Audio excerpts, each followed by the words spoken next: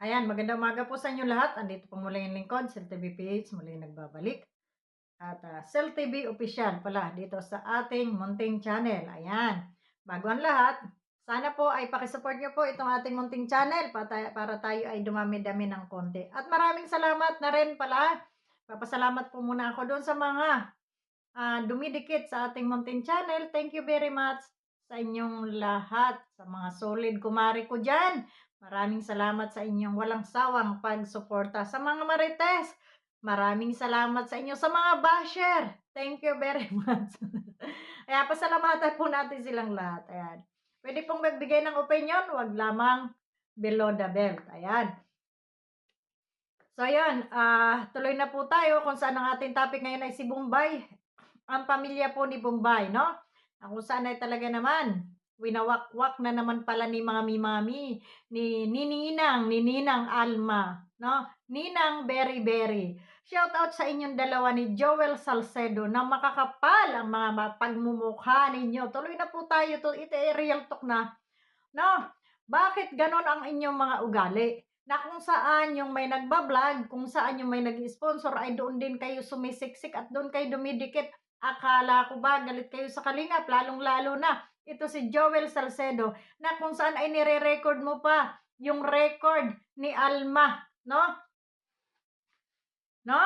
At nakapost pa diyan sa iyong video, sa iyong YouTube channel. Ano, wala na bang kita ang inyong mga YouTube channel? Kaya talagang kahit sampal-sampalin kayo ng masasakit na salita ay hindi kayo natitinag dahil sa kakapalan ng mga pagmumukha ninyo. Di ba ga?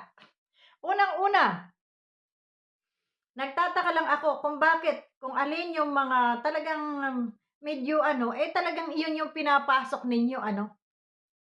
Ano ba yung gusto nyong palabasin? Na ipamukha sa Kalingap na hindi sinusuportahan ito sila Bombay dahil kayo ang nilapitan. Kasi ang dito kesyo lumapit nung birthday ni Shena, sila ay nagbigay ng pampa-birthday at tuwang-tuwa itong si Wakwak, no? Itong si Wakwak tuwang-tuwa habang binibidyo call nila itong mga naliligo doon sa dagat na libre ata to ni Ninang Kuno, no? Itong ninang na wakwak na ito. No, believe din ako sa inyo, no? Pagkatapos kay Maylin, pagkatapos kay Jemel, kay Lula Ligaya, pagkatapos dyan sa mga yan, andyan naman kayo kay Bombay, dyan naman kayo maninira. Sino pa ang sisirain ninyo? Kasi wala naman kayong tinulungan na hindi nyo sinira dito sa loob ng Kalingap. Yung relasyon dito sa loob ng Kalingap, no? Kagaya ni Maylin, ginawa ninyo. Pagkatapos niyong wakwak-wakwakin, binitawan ninyo, asa na. Itong berry na to, ang kapal din talaga ng pagmumukha, no?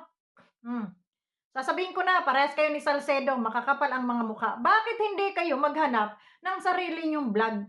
Bakit hindi kayo maghanap ng sarili nyong subject para doon kayo mag-sponsor? At kung saan yung sponsor, kung saan yung vlog ng Kalingap, ay naroon kayo pasingit-singit at pabida-bida na kayo ay mag-i-sponsor. No?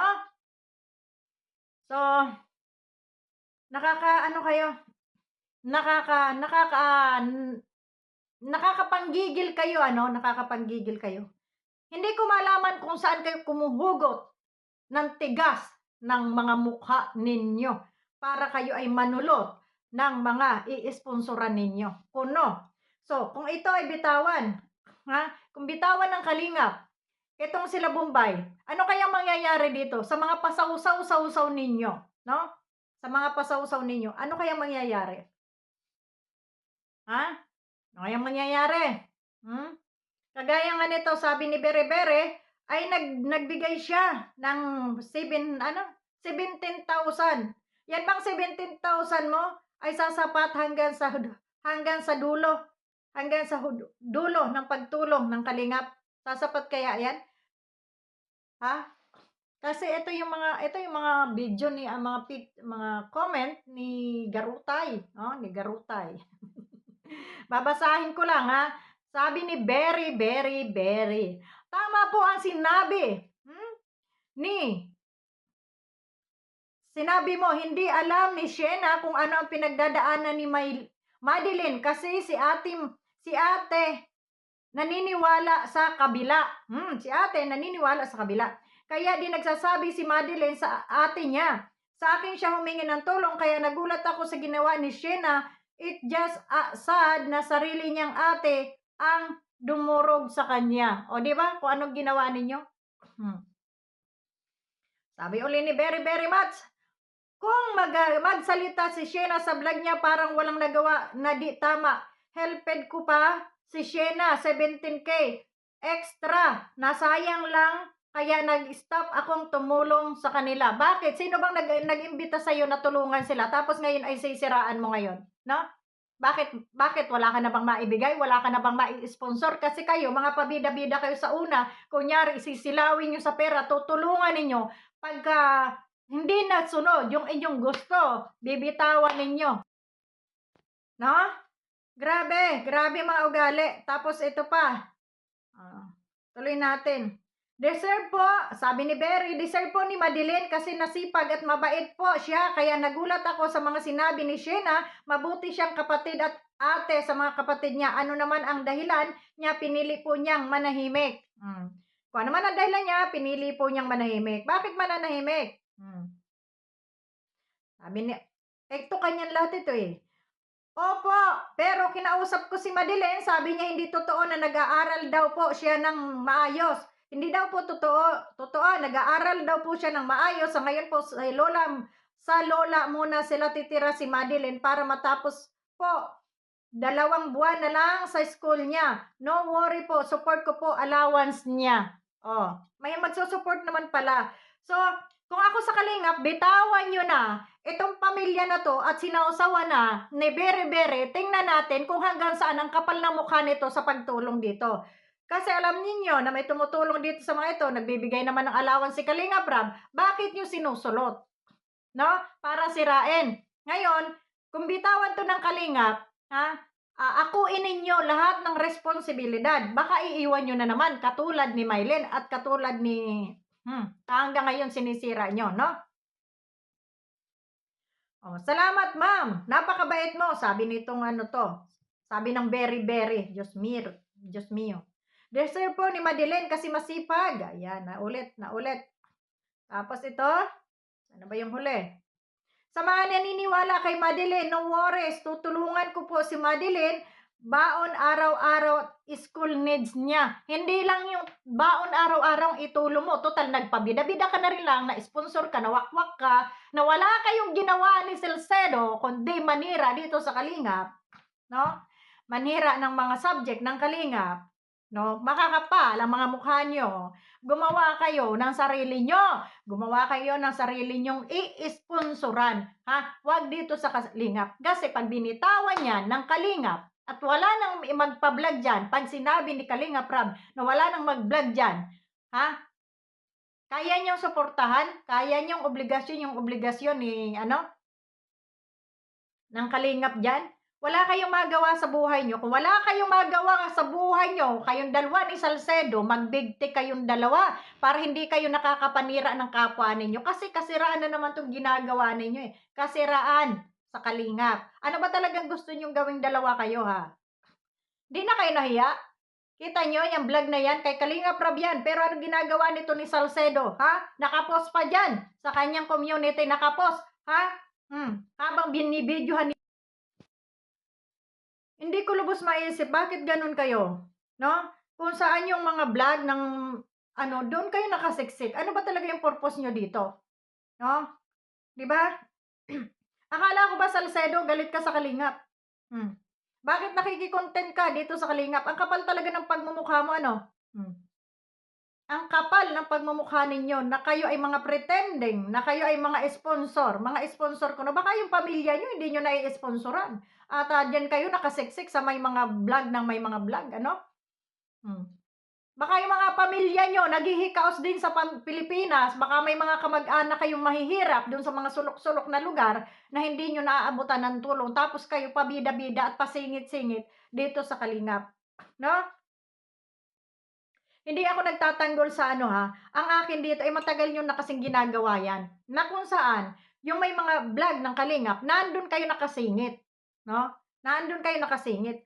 At ginagapang ninyo, kagaya niyan, ginapang nitong wakwak na Mary Mary na to, ano to, Berry Berry na to, na aka Alma daw, ang pangalan, Ninang, Quezon Ninang.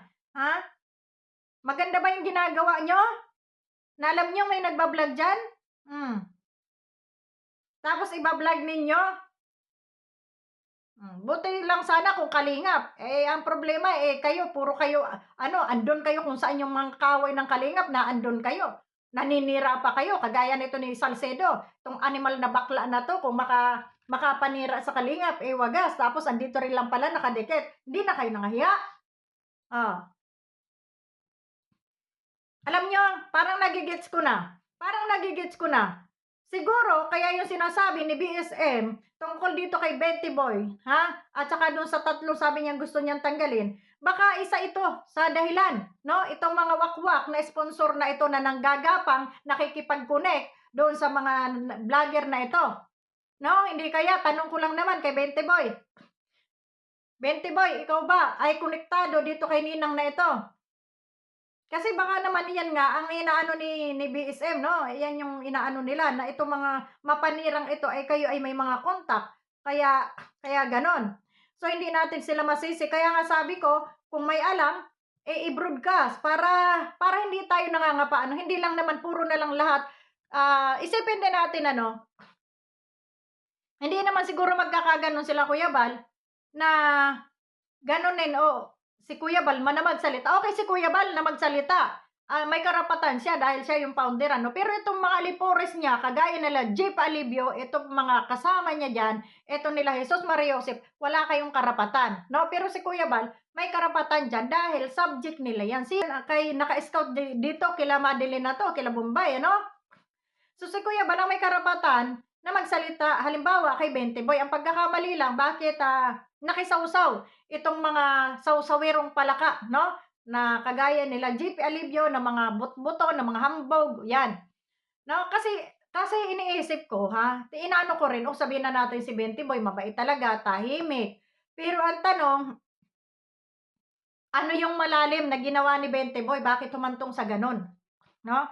Siguro may ginawa si 20 Boy na hindi natin alam, na sila lang ang nakakaalam. Kagaya siguro ng sponsor na yan. Bakit nagladlad ngayon si Bere-Bere at ang lakas sa mga mukha, pati ni Salcedo, na i-vlog at i-post yan dyan sa kanilang channel? No? Ibig sabihin, nagmamagaling sila. Na ngayon, nauumpisahan na naman nilang sirain itong si Bombay at itong relasyon nitong magkakapatid sa kalingap. No? Napakawalang hiya talaga nitong mga wakwak na ito. Itong dalawa na ito, matagal ko nang naririnig ang mga pangalan nito, no? Umpisa pa kay Lula Ligaya, tingnan ninyo. Binigyan nyo ba ng magandang buhay si Ligaya? Ha? Di ba? Ang yayabang nyo kasi. Di ba? May pa-sponsor kayo nalalaman. Baka naman yung mga trabaho nyo dyan, kulang pa sa pamilya nyo, nalilimutan nyo na yung mga pamilya ninyo. Tapos kayo, pansulot kayo ng pansulot. Siguro lang hindi ako sure. Baka ito yung isa pinagtatampo nila, Kuya Bal, dito sa kay baka lang hindi ako sure akin to, opinion ko lang, no? Na baka itong wakwak na to ay nakikipag-connect dito kay 20 Boy. Kasi yan na nga sinong nag-sponsor dito? Di ba? Bakit ang gulo, di ba? So, tayo yung hindi natin maiwasan yung mag-isip. Nang dahil dito sa mga animal ng mga wakwak na to, na makakapal ang mga pagmumukha, na hindi mahiluna ang mga kalag, na kung saan mayroong gusto silang sirain, ginagapang talaga nila. No? May nahiya kayong dalawa, kayo ni Salcedo, ikaw Salcedo, ikaw Alma ka, ka ba, bere-bere ka, maghanap kayo ng sarili nyong content, maghanap kayo ng sarili nyong ibablog, magsanap kayo ng sarili nyong i-sponsoran. Huwag kayong mangialam dito sa subject ng kalingap. Nang hindi nagkakagulo. Ngayon, masaya na naman kayo dahil nagkakagulo, dahil nakapanira na naman kayo. Grabe, mga ugali ninyo. Diba? Hindi na lang manahimik. Nakakatatlo na kayo, Nakakatatlo na itong dalawa na to. Itong Salcedo na ito at saka itong Bere-Bere na to, ha? Nakakatatlo na kayo sa subject ng Kalingap, ha? Abay, tablan-tabla naman kayo ng hiya, ha? Maghanap kayo ng sarili nyong content, maghanap kayo ng tutulungan ninyo, hindi yung nakikisaw-saw kayo. Oh, kung kumontak man sa inyo si Madeline o kung sino pa man dyan, dapat inano ninyo na ito ba, alam ba ito ng ni Kalinga Prab? Ito ba ay payagan kaya kami na mag-ano sa inyo? No? Dahil kayo ay subject ng Kalingap. May nagbablog sa inyo, may nagsusuporta sa inyo, may nagbibigay ng allowance sa inyo. Oh. Diba? So, baka isa ito sa dahilan, hindi natin alam. Baka. Kaya doon sa mga basher, alam natin mabait si Bentimoy. Alam natin mabait si Bentimoy. Alam natin na tahimik lang siya, nagbablog. Pero hindi natin alam ang sa likod ng camera, ano? Kasi ang nakikita lang natin, na subaybayan natin, siya ay tahimik lamang, mabait lamang. Wala akong question doon kay Bentimoy sa ugali niya na yon. Na siya ay tahimik. Dahil pag may umapid dyan, ipagtatanggol din natin. Pero siguro, mayroon lang dahilan talaga. Ngayon, parang natutugma-tugma ko na, baka ito yung dahilan. Itong mga animal na to, na nangwawakwak dito sa pamilya ni Bombay.